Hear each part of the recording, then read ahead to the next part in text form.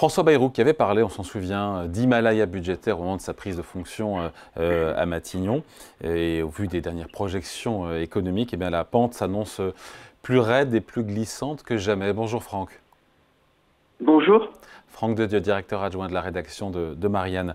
Entre l'INSEE qui nous parle de paysage économique morose, la Banque de France qui revoit à la baisse sa prévision de croissance pour 2025, le patron des patrons, le patron du MEDEF, qui nous parle d'une France en légère récession.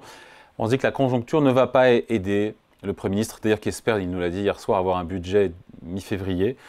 La conjoncture ne va pas aider le Premier ministre à redresser les comptes publics. L'activité en 2025 pourrait être significativement plus mauvaise que ce que beaucoup attendent. Oui, alors figurez-vous qu'à Marianne, on s'est amusé, je dis amusé à dessein, à faire un calcul.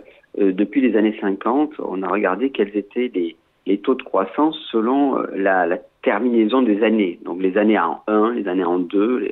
Et les pires années sont les années en 5, figurez-vous, où on a en moyenne depuis 1950 plus 2,1% de croissance. Quand vous prenez, qui est le plus bas des années en 5, bon, effectivement, il y a la crise de 75, il y a de 2015 qui était aussi pas une bonne année, et puis les fameux 2025 dont vous parliez, où la Banque de France, par exemple, atteint seulement 0,9% de croissance contre 1,2% précédemment. Vous prenez par exemple les années qui se terminent en 1, eh bien, vous avez quasiment le double de croissance, c'est-à-dire une moyenne de 3,7% de croissance. Alors, effectivement, je dirais que on n'est pas très superstitieux à Marianne, mais vous savez que c'est assez troublant tout de même. Et vous savez qu'il y a des lois économiques, on croit que ces lois économiques sont le fruit de calculs rationnels. Marx parlait de plonger dans les eaux glacées du calcul égoïste. Bon, eh bien, en vérité, il y a tout de même des bizarreries, des choses assez troublantes. Par exemple, une sorte de malédiction des gratte-ciel, dont vous avez peut-être, David, entendu parler. C'est que lorsqu'il y a un gratte-ciel qui est inauguré, qui bat un record d'altitude, eh bien, il y a un crack l'année d'après ou juste après. Par exemple, le Park Fow Building, en 1896, précède de quelques mois la grande panique boursière de 1897. L'Empire State Building a été financé en 1929. Le World Trade Center s'élève en 1973. Année de crise également. Donc effectivement, il y a quelque chose un peu de troublant dans cette numérologie économique. Et qui ne va pas aider François Bayrou. Cette activité qui est au point mort, on l'a compris en France, croissance qui pourrait se dérober bien plus que ce qui est attendu du fait du brouillard politique, de l'instabilité, d'avoir un budget peut-être mi-février, comme l'a dit François Bayrou hier soir sur France 2. C'est vrai que réduire les déficits, on peut augmenter les impôts, on peut faire des économies sur la dépense, mais l'activité, c'est ce qu'il y a de mieux, effectivement, pour faire rentrer les recettes fiscales et réduire les déficits et améliorer les comptes publics. Oui, mais il y a, si vous remarquez bien, un lien une interaction entre le budget et les prévisions de croissance. C'est-à-dire qu'effectivement, si vous avez davantage de croissance, ben vous avez une facilité à boucler le budget. Mais si vous avez un budget austéritaire dans un pays où on peut s'en féliciter, où on peut le regretter, il y a une socialisation de l'économie via l'État qui est très importante, eh bien, c'est ce que Keynes appelait le multiplicateur.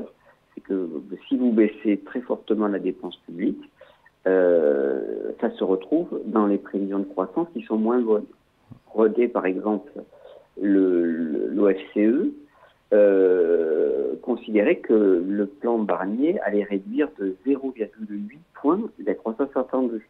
Et donc, quand vous vous engagez dans un processus de réduction brutale du déficit public, qui peut être très légitime au regard de la dette, eh bien, vous prenez le risque d'avoir une croissance faible. Et donc, quelque part, de se dire, l'année d'après, vous allez devoir encore à nouveau faire un peu plus d'austérité parce que le déficit public, eh bien, n'est pas aussi stabilisé qu'on le pense puisqu'il y a moins de recettes. C'est vraiment, nous rentrons dans un cercle vicieux qu'a connu la Grèce dans une certaine mesure, même si je n'aime pas trop ce genre de comparaison. Et donc, c'est la grande difficulté. Il se trouve que ce qu'il y a de nouveau par rapport aux années antérieures, c'est que vous voyez auparavant, rappelez-vous le couple Chirac-Schröder, par exemple, auparavant, ou même Sarkozy qui disait « je vais aller chercher la croissance avec les dents, avec sa loi TEPA », il était face à la Commission et il disait « écoutez, nous allons avoir un dépassement du déficit public de 3%, on sera au-delà des 3%, mais faites-moi confiance, je vais aller chercher la croissance avec les dents, disait l'homme, et autorisez-moi un peu de déficit public que la normale, ou que ce qui est requis, et vous y retrouverez vos petits parce que nous allons avoir de la croissance. » La particularité, si vous remarquez bien, de l'exercice fiscal 2025, et depuis que la France est engagée dans une procédure de déficit excessif, la droite dit ah, je vais me plier à votre demande et donc je vais tout de même baisser le déficit public parce qu'il y a de la dette et que tout cela nous expose à un caprice des marchés. Mais vous avez la gauche qui auparavant devait préférer négocier, comme la droite d'ailleurs, un délai supplémentaire auprès de la Commission, la gauche qui va se présenter en disant mais non, nous on va jouer le jeu, on va avoir un équilibre budgétaire ou quelque chose qui soit tenu sur le plan budgétaire grâce à la hausse des impôts. Donc hier, je ne sais pas si je suis assez clair David, il y avait une sorte de consensus droite-gauche pour aller plaider à la Commission une prorogation du déficit. Là, les uns et les autres sont d'accord pour dire, écoutez, non, on va quand même pas avoir beaucoup de déficit, on va jouer les uns sur la baisse forte des dépenses et l'autre sur l'augmentation forte des impôts. Mais dans ces deux cas-là, vous allez quand même avoir un phénomène de récession économique. Oui, après, si juste, après, trop les impôts, j'entends, mais si on fait rien, et si on n'a pas de budget, et qu'on laisse faire, a priori, le déficit public dérive reste autour de 6%. Grave ou pas grave? Alors, tout le monde dit que c'est grave. C'est en fait, non, mais vous remarquez bien que on est passé d'un consensus en disant on va négocier un délai à Bruxelles, et on est passé à un consensus en disant on va quand même tenir les engagements de déficit public, les uns en baissant les dépenses, les autres en augmentant les impôts. Et il y a une petite musique, et c'est peut-être ça finalement, je dirais le mérite, enfin le mérite, la porte entrouverte de Bayrou, c'est de dire oui, on va faire un effort, mais peut-être pas aussi brutal. Peut-être que ça va pas être 5. Le budget 2025, on va pas le faire voter à moins 5. On va peut-être le faire voter à moins 5. Moins 5 de déficit public. Moins 5 de déficit public, on va peut-être le faire voter à moins 5,5. Parce que plus vous autorisez un peu plus de déficit public, et moins vous allez avoir un effort sur les contribuables, via l'augmentation d'impôts, ou un effort sur les classes moyennes et les classes populaires via la baisse de la dépense publique. Et donc, quelque part, on peut faire de la topographie politique, comme font beaucoup, en disant oui, centre-gauche, centre-droit, centre-machin, gauche de gouvernement. En vérité, peut-être que la vraie porte, elle sera dans la négociation, comme auparavant, David, du montant de déficit public.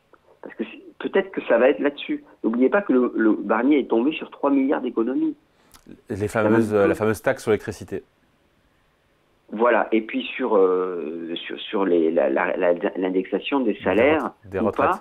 Et des retraites, excusez-moi, qui était exigée par Marine Le Pen. Donc vous apercevez que finalement, plutôt que de rester à 5% du déficit, oui, on va le baisser le déficit, mais peut-être pas dans les mêmes proportions, et que la vraie bouée de sauvetage, elle se retrouvera là, par-delà les postures des uns et des autres.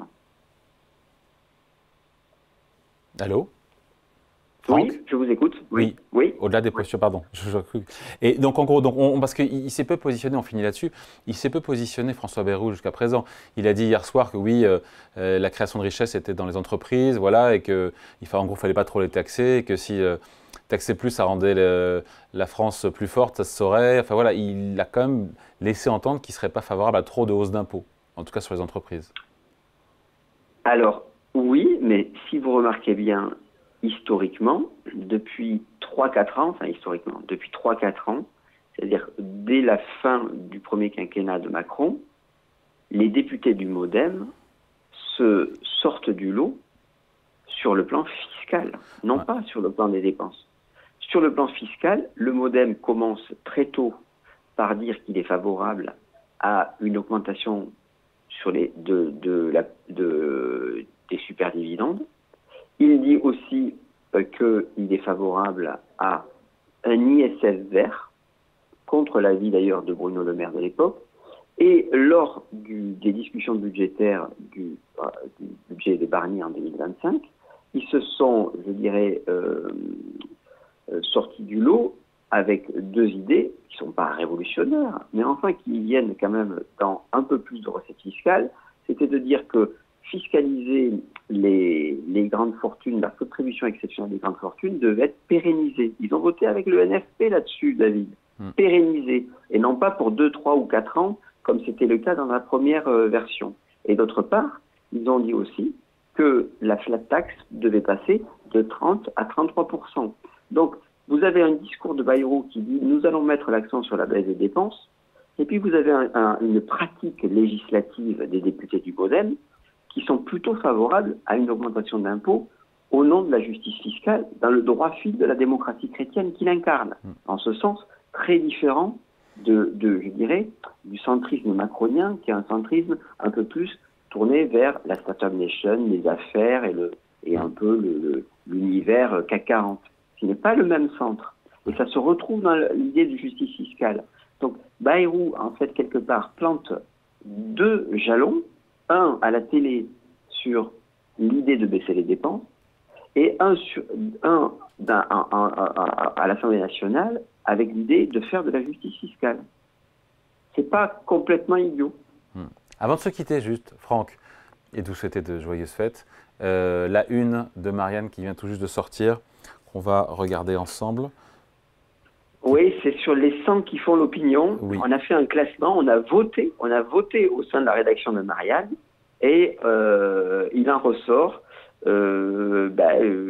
ceux qui font le plus l'opinion jusqu'au centième. Et donc il y a des intellectuels, des hommes politiques, des journalistes, des hommes d'affaires, voilà. Et ce qui est assez intéressant, c'est que nous avons un peu franchi une sorte de Rubicon journalistique, si j'ose dire, puisque nous les avons classés. Donc effectivement, vous pouvez avoir cohabité sur la même page un influenceur avec un député de la France Insoumise, vous voyez. Je vois également sur la une. Il y a quelque chose de très subjectif. Quand je parle de Rubicon, je parlais plutôt